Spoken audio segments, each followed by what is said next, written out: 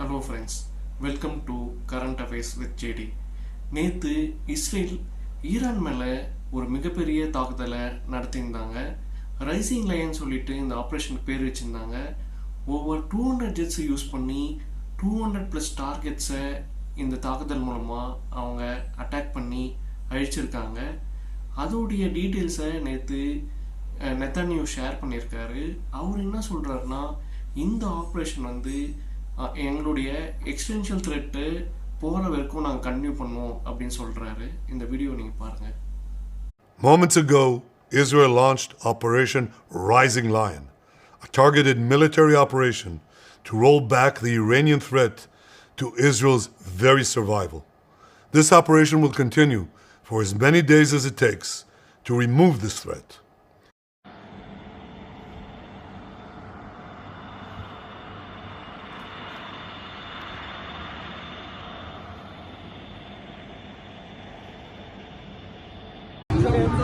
بیاد اینجا رو میزنن رامز رو چپ بیاد اینجا رو میزنن بابا چیار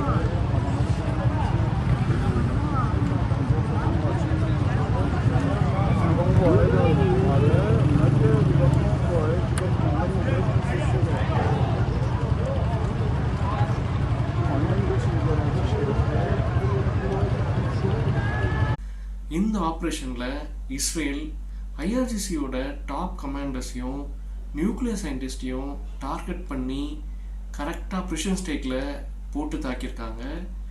Iran வந்து இதுக்கு பதிலளிக்கும் விதமாக இஸ்ரேல் மேலே இப்போது தாக்குதலை நடத்திட்டுருக்காங்க. அவங்க வந்து பேரேஜ் ஆஃப் மிசைல்ஸ் மூலமாக இஸ்ரேலோட டெல் அவீவ் சிட்டியை டார்கெட் பண்ணியிருக்காங்க. அலி கமேனி என்ன சொல்கிறாருன்னா, நாங்கள் இஸ்ரேலை விட மாட்டோம், டெல் அவீவையும் அனிஃபாவையும் தரைமட்டம் ஆக்கும் அப்படின்னு சொல்லியிருக்காரு. இப்போ இஸ்ரேல்லேருந்து இந்த வீடியோஸ் பாருங்க.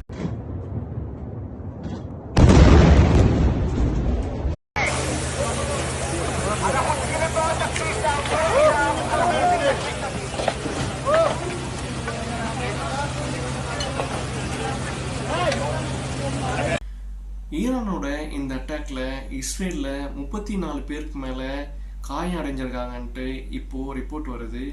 இதோட பாதிப்பு போக போக தான் தெரிய வரும். இப்போ இஸ்ரேலும் பதில் தாக்குதலை நடத்திட்டு இருக்காங்க. இந்த பதட்டமான சூழ்நிலையில் யுஎன்னும் இந்தியாவும் 2 நாட்டையும் டீஎஸ்கலேட் பண்ண சொல்லி கேட்டிருக்காங்க. அதேமாதிரி மற்ற கண்ட்ரிஸும் இந்த தாக்குதலை வந்து உடனே நிறுத்துறதுக்கு கேட்டிருக்காங்க. இதோட இம்பேக்ட் எப்படி இருக்கும் அப்படின்னு சொல்லிட்டு போக தான் நம்மளுக்கு தெரிய வரும்.